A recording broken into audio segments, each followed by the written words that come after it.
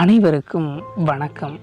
நாம் இன்று கதையோடு ஓவியம் வரைவோம் என்ற தலைப்பில் பார்க்கக்கூடிய ஒரு பிரபலமான மனிதர் யார் என்றால், அனைவருக்கும் தெரிந்த இப்பொழுது நம்மிடையே இல்லாத ஒரு நபர், இயற்கை விவசாயி நம்மாழ்வார் ஐயா அவர்களை பற்றித்தான் நாம் இன்று படம் வரைந்து அவர்களுடைய வாழ்க்கையில் நடந்த சுவாரஸ்யமான சம்பவங்களை பற்றியும் இன்று நாம் காணப்போகிறோம். வாருங்கள். நம்மாழ்வார் என்றாலே பசுமை, இயற்கை சார்ந்த பொருட்கள், இயற்கை விவசாயம் என்று அனைவராலும் இப்பொழுது தெரிந்து கொள்ள முடியும். நம்மாழ்வார் சாதாரணமாக இயற்கை விவசாயிகளின் ஒரு முன்னோடி. நமக்கு இயற்கையை பற்றி மிகவும் துல்லியமாக கூறியிருப்பவர். நம்மாழ்வாரை அதிகம் ஈர்த்தவை எது என்றால், ஜேசி குமரப்பாவின் கொள்கைகள். டிராக்டர் நல்லாதான் உழும், ஆனால் சாணி போடாது என்று ஜேசி குமரப்பா சொன்னதை நகைச்சுவை ததும்ப தனது ஒவ்வொரு கூட்டத்திலும் குறிப்பிடுகிறார் நம்மாழ்வார். நைட்ரஜன் சத்து குறைவுக்காக யூரியா போன்ற உரங்களை மண்ணுக்கு தேவை என பலரும் வாதிட்ட போது, நமது பாரம்பரிய உழவு முறையான பயிர் சுழற்சி உழவு மூலம் இயல்பாகவே மண்ணில் நைட்ரஜன் சத்து அதிகமாகிறது என்று முதலாக நிரூபித்து காட்டியவர் நம்மாழ்வார் அவர்களே. நாடெங்கும் பசுமை புரட்சி தீவிரமாக பரவிய அதே காலகட்டத்தில் இயற்கை விவசாயம் தொடர்பாக தனது வாழ்நாள் பயணத்தை தொடங்கியவர்தான் நம்மாழ்வார். அதற்காக தான் பார்த்து வந்த அரசு வேலையான மண்டல வேளாண்மை ஆராய்ச்சி நிறுவன பணியையும் உதறினார். பசுமை புரட்சியின் போது அரசு உரங்களை ஊக்குவித்து கொண்டிருந்த காலம் அது. நம்மாழ்வார் கால்நடையாக கிராமந்தோறும் சென்று விவசாயிகளை சந்தித்தார். உரப்பயன்பாட்டால் மண்ணின் காரத்தன்மை கூடி அது அளவுக்கு அதிகமான தண்ணீரை உறிஞ்சுகிறது என்பதை சிறிய செயல் விளக்கத்தின் மூலமாக நிரூபித்து காட்டினார். இன்றைக்கு இயற்கை விவசாயம் பற்றி தமிழகத்தில் ஓரளவேனும் விழிப்புணர்வு இருக்கிறது என்றால் அதற்கு நம்மாழ்வாரின் படிப்படியான செயல்பாடுகளே தான் காரணம். பலரும் நினைப்பது போல் நம்மாழ்வார் நவீன தொழில்நுட்பங்களுக்கு எதிரானவர் அல்ல. பயோடெக்னாலஜியின் அனைத்து பரிணாமங்களையும் விரல் நுனியில் வைத்திருப்பார் நம்மாழ்வார். இது அவரது வானகம் பயிற்சி பட்டறையில் கலந்து கொண்டவர்களுக்கு நன்கு தெரியும். மரபணு மாற்றப்பட்ட பயிர்கள் மூலம் மனிதனுக்கும் கேடு என்பது நம்மாழ்வார் எதிர்த்தார். கேடு விளைவிக்கும் மரபணு மாற்று பயிர்களை எதிர்த்து நம்மாழ்வார் நமது பாரம்பரிய ஒட்டு ரகங்களை ஆதரித்தார். இவரது வழிகாட்டுதலின்படி ஒரு புதிய ஒட்டு எலுமிச்சை ரகத்தையே உருவாக்கினார் புளியங்குடி அந்தோணிசாமி என்பவர். ஆப்பிரிக்காவின் மடகாஸ்கர் நெல் நடவு என்பது உலக அளவில் பிரபலமானது. ஒற்றை நாற்று நடவு முறை அல்லது செம்மை நெல் சாகுபடி. மடகாஸ்கர் நெல் நடவு 1960களில் வெளியே தெரிந்தது. ஆனால் விதை, நீர், நேரம் அனைத்தையும் குறைத்து மகசூலை மட்டும் அதிகமாக கொடுத்த ஒற்றை நாற்று நடவு முறையை உலகுக்கு அறிமுகப்படுத்தியது தமிழர்கள்தான் என்று உண்மை ஆதாரங்களுடன் எடுத்துரைத்தார் நம்மாழ்வார். இன்றைக்கு தமிழகத்தில் ஒற்றை நாற்று நடவு பிரபலமாகி ஏக்கருக்கு 27 மூட்டைகள் வரை நெல் மகசூல் ஈட்ட முடிகிறது என்றால் அதற்கு காரணமாக இருந்த காரணகர்த்தா நம்மாழ்வார் அவர்களே. 1960 மற்றும் 70களில் கலப்பின ரகங்கள் இந்தியாவுக்குள் ஊடுருவும் முயற்சிகள் நடந்து கொண்டிருந்தன. அப்போது கலப்பினங்களை பற்றி படித்தவர்கள், அனுபவம் வாய்ந்த விவசாயிகளிடையே பெரிதாக விழிப்புணர்வு இல்லை. அந்த நேரத்தில் கலப்பினம் மற்றும் வீரிய ரகங்கள் என்று சொல்லப்படுபவையெல்லாம் உற்பத்தியை பெருக்குவதற்காக, ரசாயன உரங்களை விற்பனை செய்வதற்காக அரசியலே பசுமை புரட்சி பெயரிலான கலப்பின ஊக்குவிப்பு என்று அன்றே சொன்னார் நம்மாழ்வார்.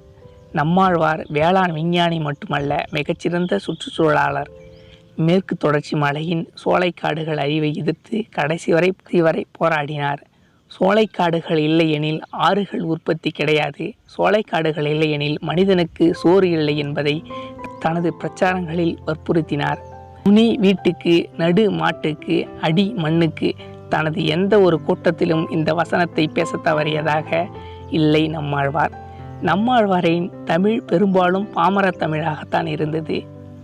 ஆனாலும் தமிழ் இலக்கியம் தொடங்கி ஆங்கில இலக்கியம் வரை அவருக்கு பரிச்சயம். பெரியாரிசம் தொடங்கி மார்க்சிசம் வரைக்கும் பாமர தமிழில் சொன்னால்தானே ஏழை விவசாயிக்கு புரியும் என்பதுதான் அவருடைய கருத்து. விவசாயிகளிடம் சென்று பப்பாளி, கொய்யா, வாழை, நாவல் போன்றவை பயிரிடுங்கள் என்பார். தனது கூட்டங்களிலும் ஆப்பிள் அரை கிலோ 60 ரூபாய், அதைவிட அதிகம் சத்து இருக்கிற கொய்யா 5 கிலோ 50 ரூபாய் தான், எதை சாப்பிட போறீங்க என்று நமது பாரம்பரிய பழங்களையே வலியுறுத்தினார் நம்மாழ்வார். ஆப்பிள், ஆரஞ்சு போன்ற அந்நிய பழங்களை சாப்பிடுவதையும் இயன்றவரை தவிர்த்தவரே இவர்தான். பீட்டி கத்திரியை இந்தியாவில் அறிமுகம் செய்யலாமா என்று அன்றைய மத்திய சுற்றுச்சூழல் அமைச்சராக இருந்த ஜெய்ராம் ரமேஷ் நடத்திய கருத்து கேட்பு கூட்டங்களில் தனது பிரதிநிதிகளை அனுப்பி பீட்டிக்கு எதிராக பேசச் செய்தார் நம்மாழ்வார். அதேபோல் நம்மாழ்வாரை நண்பர்களான அரச்சலூர் செல்வம், டாக்டர் சிவராமன் ஆகியோர் அன்றைக்கு தமிழக முதல்வராக இருந்த கருணாநிதியிடம் சென்று பீட்டியின் கேடுகளை எடுத்துச் சொல்லி தமிழகத்தில் அதற்கு தடை உத்தரவும் பெற்றனர். தொடக்கத்தில் சுற்றுச்சூழல், இயற்கை விவசாயம் தொடர்பாக பல்வேறு அமைப்புகள் தனித்தனியாக இயங்கி வந்தன. ஆனால் நம்மாழ்வார் ஆசைப்பட்டதாலேயே பூ உலகின் நண்பர்கள், ரெஸ்டோர், தமிழ்நாடு வணிகர் சங்கம், பெண்கள் இணைப்பு குழு, இந்திய நலவாழ்வு நல்லறம் உள்ளிட்ட ஏராளமான அமைப்புகள் ஒன்றிணைந்து பாதுகாப்பான உணவுக்கான கூட்டமைப்பு 2008 தொடங்கப்பட்டது. 1960களில் ஊடக விளம்பரங்கள், பன்னாட்டு நிறுவனங்களின் பிரச்சாரங்கள் என துரித உணவு கலாச்சாரம் இந்தியாவை மென்று தின்று கொண்டிருந்தது. அப்போது இத்தாலி நாட்டில் நடந்த துரித உணவுக்கு எதிரான ஒரு பயிற்சி முகாமில் கலந்து கொண்டு திரும்பிய நம்மாழ்வார் இங்கு ஆரம்பித்ததுதான் ஸ்லோ ஃபுட் மூவ்மெண்ட். இன்றைக்கு பளபளக்கும் பல்பொருள் அங்காடிகளில் கெலாஸ்களும் நமது பாரம்பரிய தானியங்களான சாமையும் கம்பும் போட்டி போட முடிகின்றன என்றால் அதற்கு காரணம் நம்மாழ்வாரே. தனது வாழ்நாளில் அலோபதி மருத்துவத்தை வேண்டாம் என்று ஒதுக்கியவர் நம்மாழ்வார். கடந்த 3 ஆண்டுகளாக அக்குபஞ்சர் மருத்துவத்தில் ஆர்வம் காட்டினார். அதில் நிறைய கற்றுக்கொள்ளும் முயற்சிகளும் ஈடுபட்டிருந்தார். நம்மாழ்வாருக்கு நல்ல குரல் வளம். வயலில் இறங்கிவிட்டால் பாட்டு தானாக வந்துவிடும். பட்டுக்கோட்டையாரின் தத்துவ பாடல்கள், பாரதியின் எத்தனை கோடி இன்பம் வைத்தாய் போன்றவை அவர் அடிக்கடி ராகமிட்டு பாடும் பாடல்களாகும். நம்மாழ்வார் பகலில் பெரும்பாலும் உறங்குவது இல்லை. அவர் துயிலெழுந்தால் அது அதிகாலை 4:30 மணி என்று உறுதியாக சொல்லலாம். எழுந்ததும் வேப்ப மரப்பட்டையில் பல் துளக்கிவிட்டு தலையீழாக நின்று சிரசாசனம் செய்வார். பிறகு மூச்சு பயிற்சி, அதன் பின்னால் அவரது வழக்கமான அலுவல்கள் தொடங்கும். கடைசி வரை இளைஞர்களை அதிகம் நம்பினார் நம்மாழ்வார். கரூர் மாவட்டத்தில் இருக்கும் அவரது வானகம் பண்ணையில் சுமார் 6000 இளைஞர்கள் இயற்கை விவசாய பயிற்சியை முடித்திருக்கின்றனர். காந்தியை போன்றே மேலாடையை துறந்தவர் நம்மாழ்வார். கடைசி வரை தனது கொள்கையில் உறுதியாக இருந்தவர். கடும் பனி காலத்திலும் கூட சட்டையை அணிய மாட்டார். வாழ்நாளின் பெரும்பாலான நாட்களை போராட்டங்களிலும் பயணங்களிலுமே செலவிட்டார். இங்கு சென்றாலும் பேருந்து, ரயில் என பொது போக்குவரத்தையே பயன்படுத்தினார். மற்றவர்களுக்கு அதையே வற்புறுத்தினார். அவரது நண்பர்கள், நலம் விரும்பிகள் அவருக்கு கார் வாங்கித்தர முன்வந்தும் என்னால் முடிஞ்ச வரைக்கும் சூழல் கேட்டை குறைச்சிக்கிறேனே என தவிர்த்து விட்டார். அவர் தனது வாழ்க்கை துணையான சாவித்திரி அம்மாவை 50 ஆண்டுகளில் ஒரு முறை கூட ஒருமையில் அழைத்தது கிடையாது. வாங்க போங்க என்று மரியாதையுடன் தான் அழைத்து வந்தார்.